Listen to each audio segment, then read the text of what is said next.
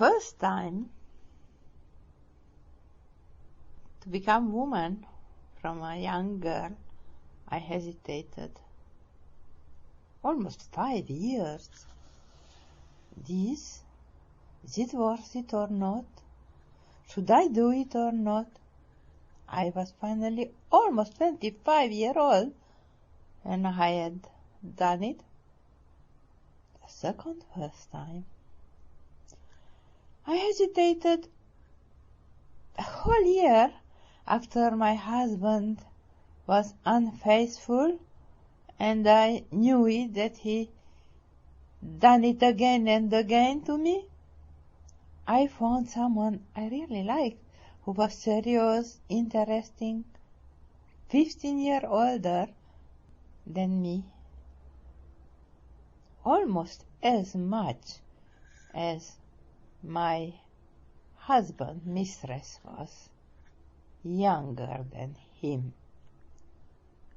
The third time I hesitated 3 whole hours. It was just after we decided to divorce, and my husband told me no one will look to you again. I met a university professor from America, and I fall in love almost, or in lust. I don't know, lust, with his fingers, writing on the blackboard while he gave a conference. He wanted to see the first time Paris, and I was ready to show him. We went to a restaurant, had special French food, and then I have taken him to see Notre Dame at midnight. There, he gave me my first kiss. There are so many firsts in life.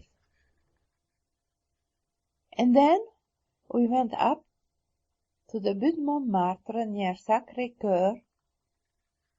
It was almost 2 at night, and we embraced, and neither of us dared to ask more.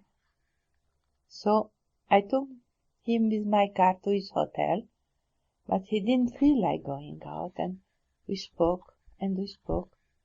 We did hesitate in all 3 hours the first time.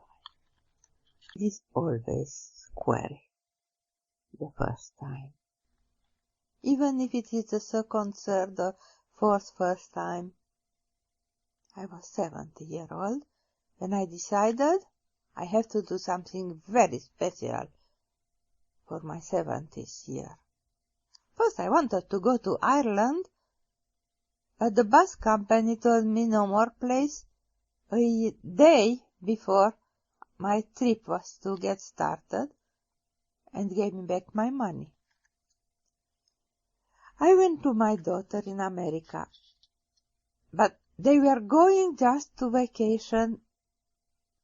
Okay, mother, but I leave you the car so you can go around. Then I decided that after 7 years of almost not using the car, I'll take it to Outer Banks of Northern Carolina. And I did it, and I could do it. Again, I felt not so old.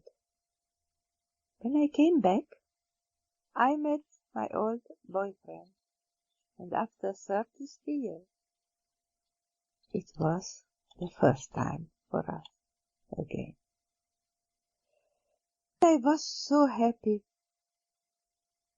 even that first time. We were not so old after all, the first time at every age.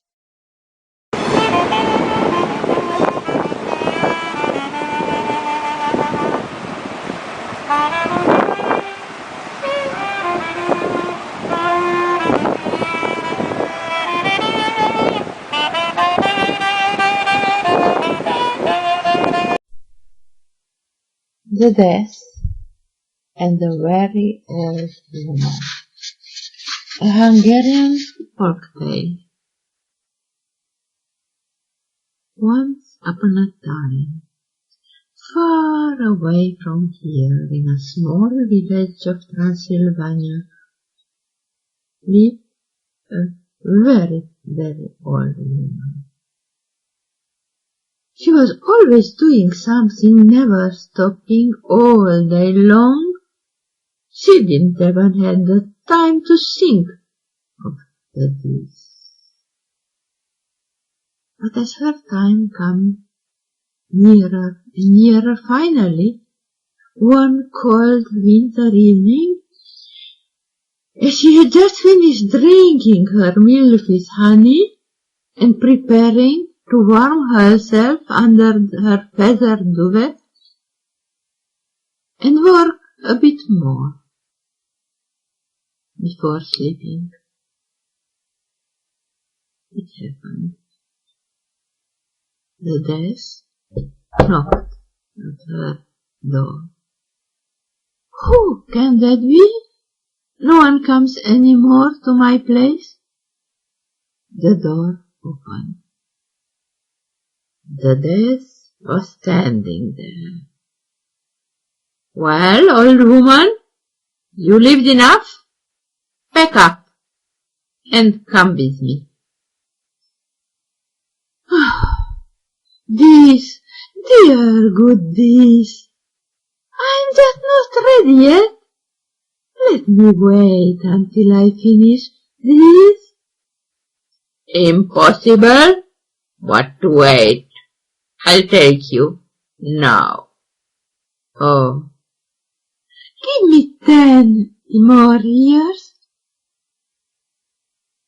5 years more. Okay, at least 1 year. Impossible. I wrote you already on my book.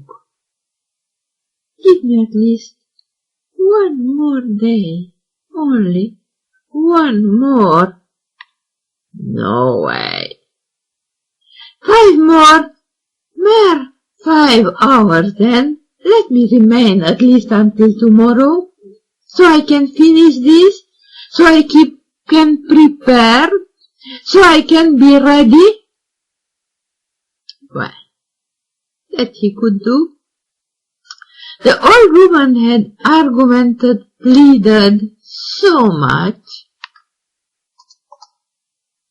She was so persuasive that finally the dish told himself he could give her a bit more time to finish. Well, until tomorrow then. Oh, dear dears, thank you. But my memory is not so good anymore. My eyes see less well than before. Please, write on my door these huge letters. I'll come tomorrow. The dish took out his chalk and wrote on her door in large letters, I'll come tomorrow. As the old woman persuaded him to do. And then, finally, he left. The old woman went to bed and lay down a bit more relaxed. But too soon the next day arrived, and in the morning the death was back. So, old woman, I am here to take you, but now not a word. Come. Oh, dear death, just look at the door. There it is written. Is it not? I will come only tomorrow. Yes. The dish looks at the door where it was effectively written in his own handwriting. I'll come tomorrow. So he went away and came back day after day for 7 days. And each time the old woman pointed to the door where he was written, "I'll come tomorrow," and he went away to come back the next day. The next day, as it was written by his own handwriting, until one day he had enough. The snow began to fall, and he furiously washed away the words from the door, using it. "Now you come with me." "Oh, give me at least 1 more hour." "Well, if you have lived so far, I can give you another hour to live. I am leaving, but after an hour I will be back, and I will take you, and not a word any more." The death went away,